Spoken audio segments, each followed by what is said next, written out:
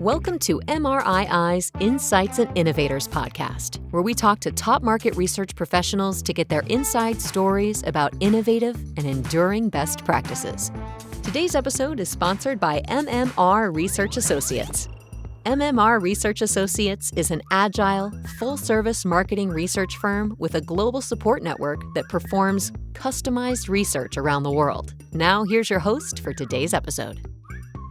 Welcome to our podcast, From Market Research Practitioner to Banker.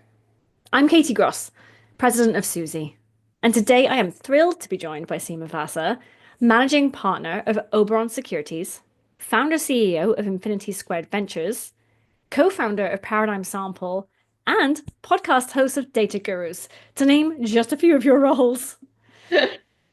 So today we're going to be diving into Sima's journey from market research analyst all the way through to being an investment banker that focuses on res tech and data analytics.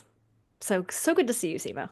Thank you, Katie. Thank you for inviting me. This is like a very different experience by not being a podcast host, but being a guest. So thank you so much for that opportunity. Absolutely. Don't judge me. I know that you're a very experienced podcast host. So Sima, we go really far back to 2017. I met you at a SampleCon event and then Women in Research Exec Retreat. And I will never forget listening to you and Chris and Luck telling the story of how you both just decided to become investment bankers one day and you studied together to pass 3 exams within a 3-month period. So what inspired you to take that kind of leap?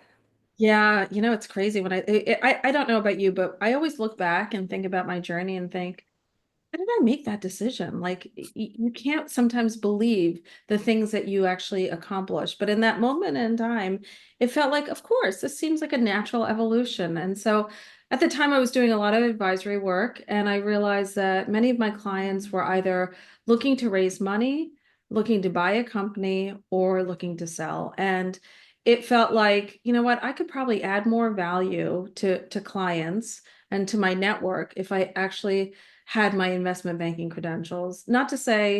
Also to say that I did get my MBA in finance, and I knew at some point in time it was going to probably kind of manifest itself somewhere, and it has helped a lot on the banking side. That's awesome. So you worked for many years in the market research agency world, and now as an investment banker, advising and obviously transacting deals in the industry. So what do you think has been the biggest eye-opener for you being on the banking side? And I guess kind of asked in a different way, what do you see now from the banker's vantage point that maybe wasn't clear to you when you were on that research practitioner side? Well, I think the reality is that we always talk about the industry as a whole, but they're really different business models in the industry, right? Yeah. That are sometimes more attractive to certain investors and other business models that are more attractive to other investors. And so the lens is not about, do you do eye tracking or do you do full service market research? It's more about, what's the business model? How are the kind of basic pillars of your business really strengthened or fortified? And I would say that's the biggest difference in terms of how I look at different companies. Actually, also the other thing I would look at very differently is leadership and who's on the management teams and what experiences do they bring to their company. So what are some of those key metrics or performance indicators or skill sets from founders and leaders that you prioritize when looking at market research firms? Well, I think one of the most important things to look at is obviously the growth of a company, and depending on if they have outside capital or not, in terms of how that growth has been realized over time. I actually think also equally as important is the strength of the management team, right? How well do they operate together? What does the leader look like? Is there vision in terms of where the company wants to go? So kind of those, and then obviously the bottom line, right? Depending on what the expectations are. A lot of companies who raise VC, they're going to burn, but that's okay. Are they actually realizing their vision through the spend of that money? So I would say, I mean, kind of those are the things. I can get down to KPIs, but those are kind of broad brush in terms of what you look for. The other piece is just, where's the market going, and how does that company fit into where the market is actually headed? Everybody can speculate where the market's going, but there's some basic principles that you think about as it relates to the different kind of trends that are happening in the industry. Yeah, that's a good point. So, with that said, how do investors today generally perceive market research industry? Are there t trends or shifts that have really caught investors' attention this year? Yeah, for sure. I mean, I think the pendulum is swinging. Like I think 2, 3 years ago, it was all about SaaS, Yeah. and it's SaaS obviously is and done correctly is going to be highly valued, right? It's reoccurring.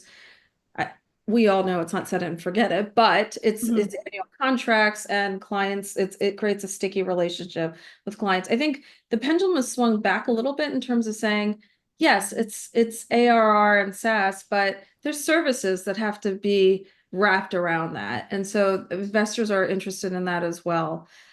Yeah. It's quite frankly, it's the quality of the revenue. Is it reoccurring? How hard do you Mhm. have to work for it? Is it are you getting annual contracts? Are you retaining clients and upselling?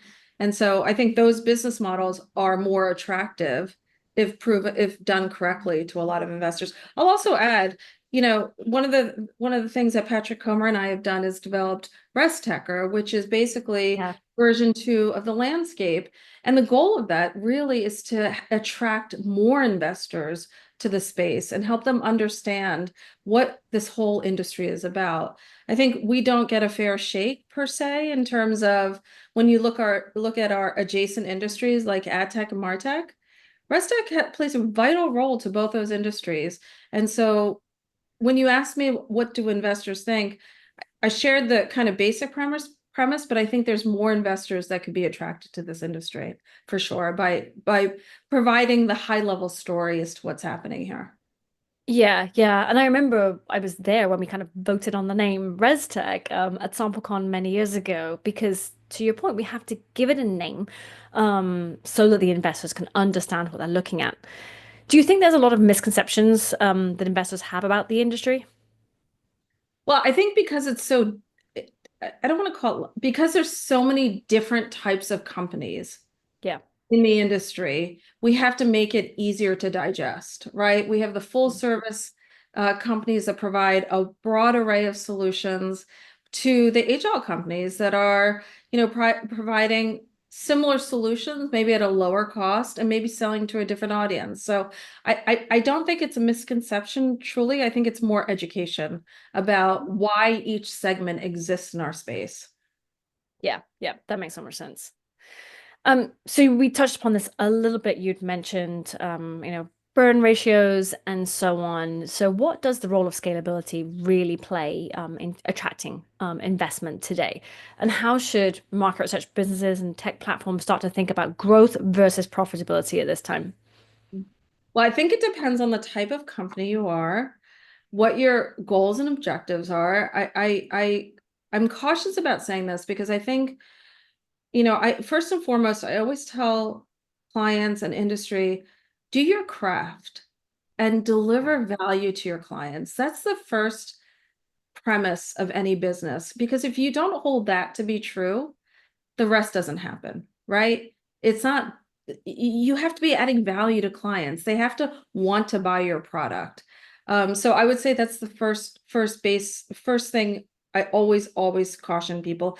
You can't go from a full service business to then all of a sudden being a SaaS business. It doesn't happen overnight. There's a lot of, there's a different mindset. There's a different way to build your foundation. And so think about where you are in the space, and investors need to understand where you are in the space to figure out how they value you, if you will. But in terms of scalability, it's, I think a lot of the heavy lifting is really go to market. And you know this, Katie. If you're selling it at $20,000 contracts, as you scale, you want to sell at $150,000 value contract. And so how does a company continue to kind of build those larger contracts at the same cost base to really gain value for investors? Yeah, for sure. And I think probably the reason that some of the newer kind of tech platform companies have been so successful at growing at a high pace is because they started as SaaS. And you kind of mentioned that pivot from trying to be full service and project based into SaaS is a really hard pivot. And I think starting a SaaS is important. I also really loved what you said about focus on building a really great business that delivers value. In fact, just this week, in a company all hands, somebody asked our CEO about IPO and exit and so on. He said, my responsibility is to build a really great company that clients love, that clients want to work with, and that everybody has a fantastic career as well.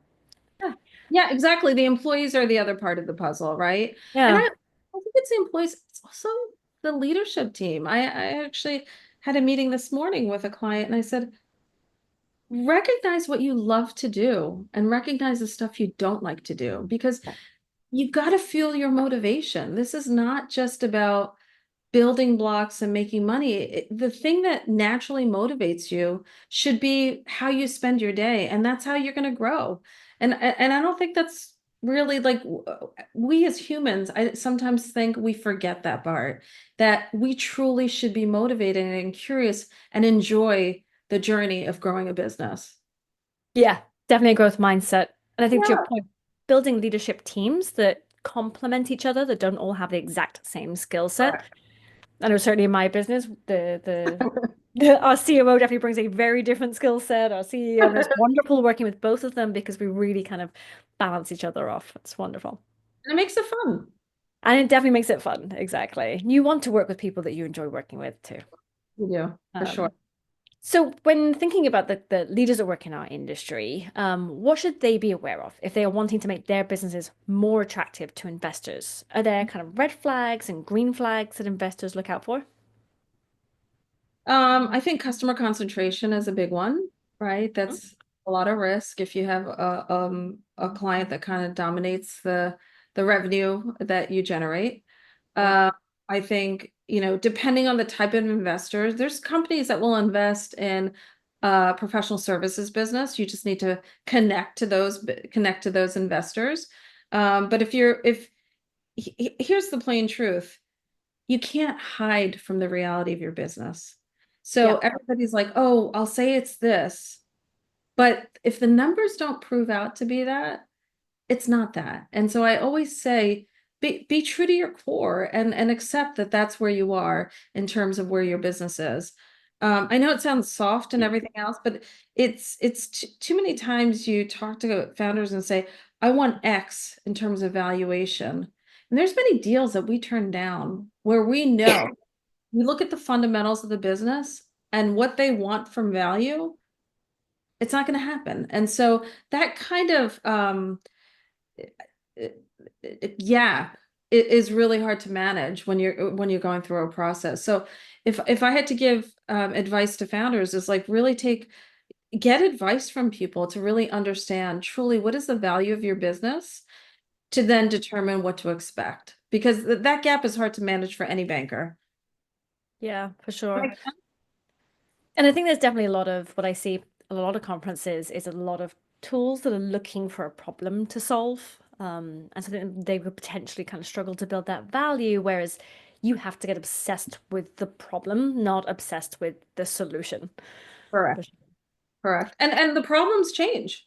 Yeah, And so how do you evolve as the problem changes? yeah, for sure. So in our industry, there's it's a huge TAM, but there's also so many smaller and niche players out there. So for advice for those kind of smaller, more niche companies, how can they stand out to investors in what is arguably an incredibly competitive field? Specialization, focus, focus, focus. Hmm. Be really amazing at your craft and focus and stay disciplined there. And I think that obviously there's if you have a solution that works in one industry, see if you can take it to another other industry, but it's the same solution. You are really honing your craft in terms of what you're bringing to market. I think people are very, over the last couple of years, people that dominated in the tech industry really were hit hard. And so people are now trying to figure out, do I extend on the value chain? Do I expand my capabilities? Or do I now take my craft today and go to other vertical industries? And have those discussions. It's really critically important because, as you know, adding a new capability is hard unless you do it Yeah. inorganically or you hire a bunch of people, but then you got to deal with the integration of new talent and sort those things out. So I just say for the smaller companies, focus and specialization are critical. Yeah, that's great to hear. Great advice. Well, Sima, it's been so fun hearing your journey and so many great kind of pieces of advice there for companies of all sizes and all types. So thank you so much for sharing your insight with us today. Thank you so much, Kitty. I really appreciate it. Thanks, Sima. Take care. Thanks for joining MRII's Insights and Innovators podcast. Be sure to subscribe and listen to all of our podcast episodes and visit us at mrii.org for more insights for market research professionals.